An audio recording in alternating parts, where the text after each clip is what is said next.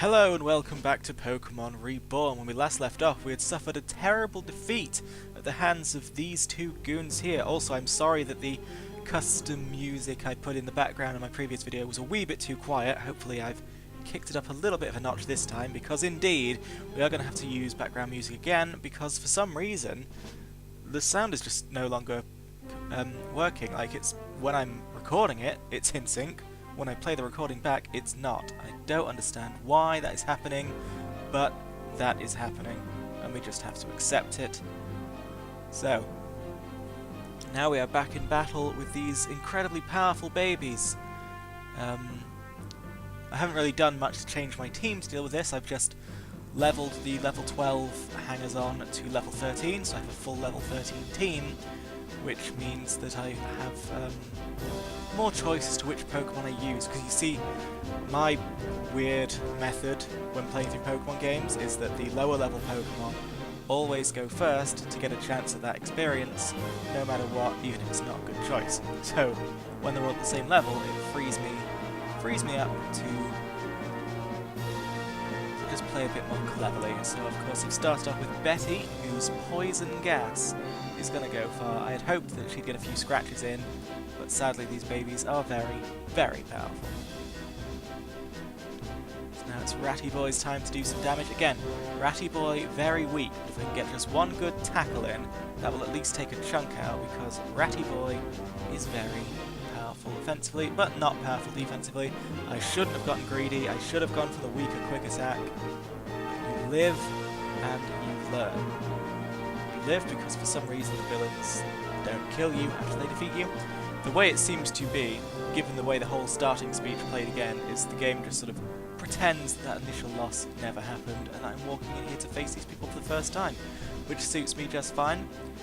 The reason I'm saving all of my losses and showing you them and, you know, losing that prize money, going back to the Pokemon Center and not just reverting to my previous save, is that I want to be honest and authentic about my experience as a trainer. If something in this game is hard enough to beat me, then it's hard enough to beat me. I don't need to run away from that, I just need to get good.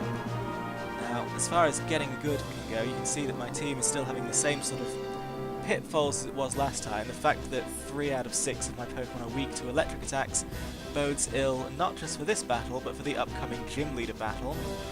But fortunately, Betty's Poison Gas is going really, really, really far at the minute. In fact, I think it's done the majority of the damage. So that that potion is annoying, because Elekid was so close to going down. And once Elekid's gone down, Magby's not going to be that big of an issue, because I've got Warrior. And Warrior can just squirt his Warrior water all over Magby and make it fall over. We're running dangerously low. We've only got Ingrid, who's weak to Elekid, Edible Fred, who's weak to Magby, and Warrior, who's weak to Elekid.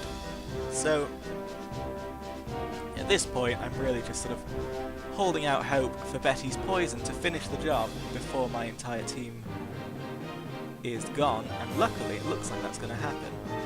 It seems that they're not going to use any more potions on Elekid, which means that Elekid is going down. So Ingrid is lucky enough to get the last hit on there, so congratulations to Ingrid, but a real congratulations to Betty, who has pretty much posthumously carried this whole fight for us. So yay for Betty. Betty is the bestie, and Ingrid gets both kills. He is like the Vegeta of this team. Huh? Grr! I've forgotten their voices. So you lost already? How disappointing. I can take on 2 myself easily, but 4... Well, it was an amusing diversion. Don't think you've won, though. Team Meteor does not forgive. Is he gone? Affirmative. Credilli, return. You too, Electrode! Good job! Now let's see. Okay, you all should start running now! Huh? What do you do now? Oh shit, let's move! Kaboom. Well, that's a wrap. Go team! Uh-huh. If you're done with your pyrotechnics, I'm getting out of here. Indeed, Obsidia remains problematic. I will attend to that now. Okay, thank you for your help. I know you've been really busy since our graduation, but it's nice to get to hang out, just like old times, right? And equally destructive. Correct. However, sentimentalities remain counterproductive. I will report today's proceedings to Amy. Farewell. Rinny? She's never been the same since... Since Titania? Yeah, she traumatizes people like that. What's new? Anyway, I got places to be too. I'm not like Huffbuh here who can wander around forever and not get anything done. Peace. Thanks for your help today, Huffbuh. You were great! I'm going back to the gym now, since I know it's not gonna randomly go boom in the middle of the night, or something. I expect to see you soon! There we go, we have made it past our first real obstacle in this game. Asta and the other one are down. Their mighty babies have been dealt with, and now all that remains is the Peridot Ward Gym, which I'm not feeling overly confident for because, as I've said, most of my team is weak to electricity, and the ones that aren't are just sort of weak in general. So this game might prove to be more of a stumbling block than I had anticipated, which I'm quite happy with. You know, I've actually really wanted to play a difficult Pokemon game. I'm still not happy with how sort of gritty and oh, this gym leader person's talking. Voice. I'll bet you'll be leading it, since every leader has a full team of 6 Pokemon. So what do you say? You want me to help you out? See? Give me a chance, that's right. Now listen up, Julie is the electric gym leader, so you think you're gonna get by using ground-type stuff? Think again. Everyone knows Julia's favorite thing to do is to make stuff explode. Well, guess what? That means Pokemon too. You got your explosions and your sonic booms. So not just ground types, but you're gonna want to grab a ghost type.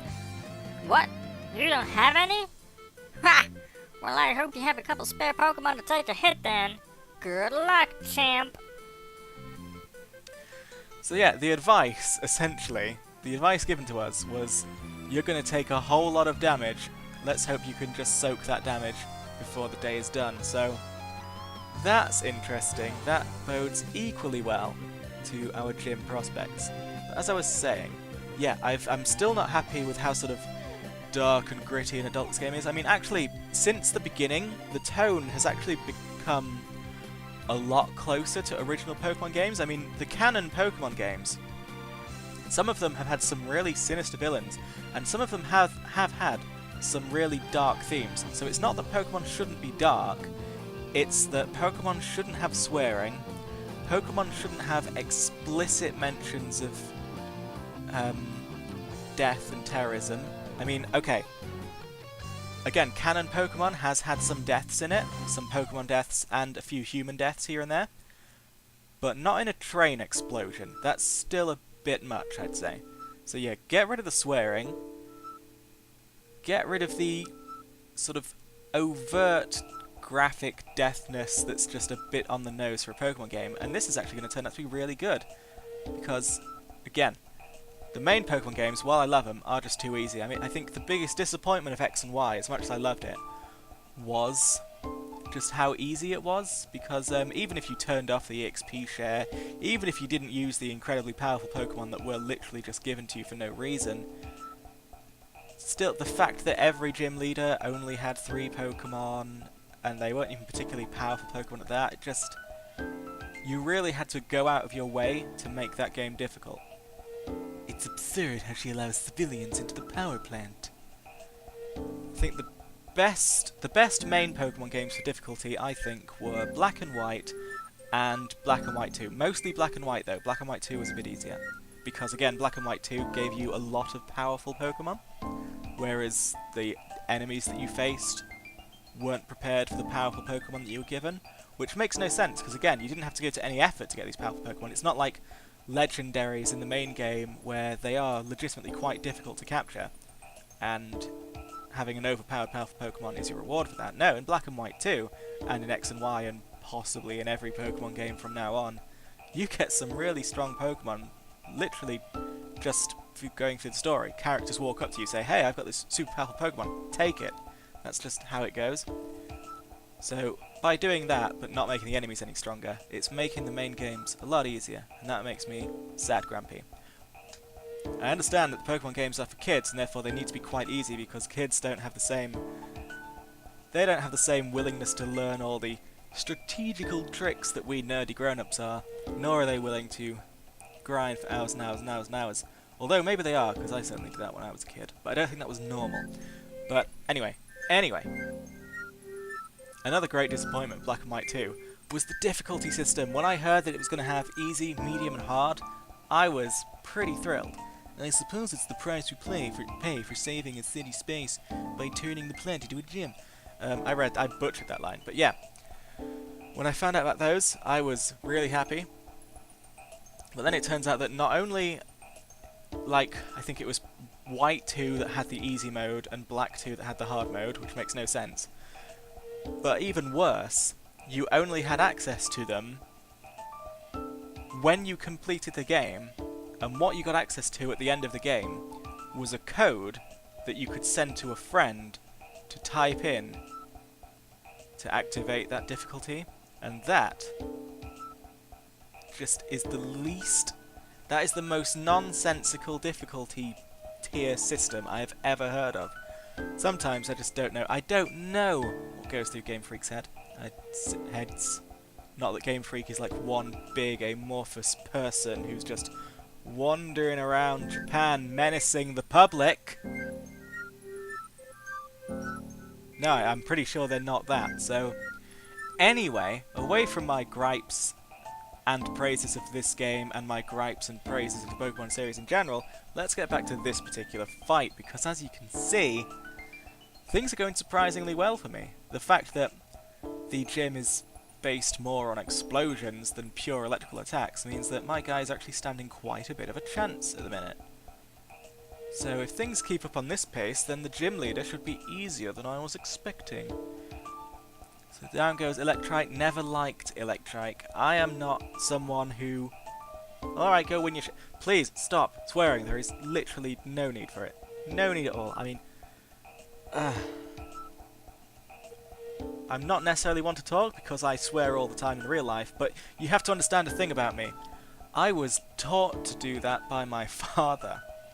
And I don't mean my father was a bad influence, I mean he literally sat me down and taught me how to swear when I was about 14, because when I was 14 I literally never swore ever, and other school children were taking notice of that.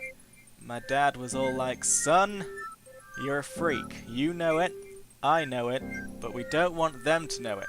We need you to blend in and hide in the shadows, so that you can keep your lunch money. So I'm going to literally teach you every single curse word in the English language, and I expect you to use one at least every 10 minutes. So now I do. But there's no reason for a Pokemon game to do it, okay? So enough. Enough. Anyway, I believe that was every single non-gym leader person taken down in that particular gym, so now it's time to build up the hype, it's time to get ready. And it's a shame that the music is broken actually, because the gym had some pretty awesome background music.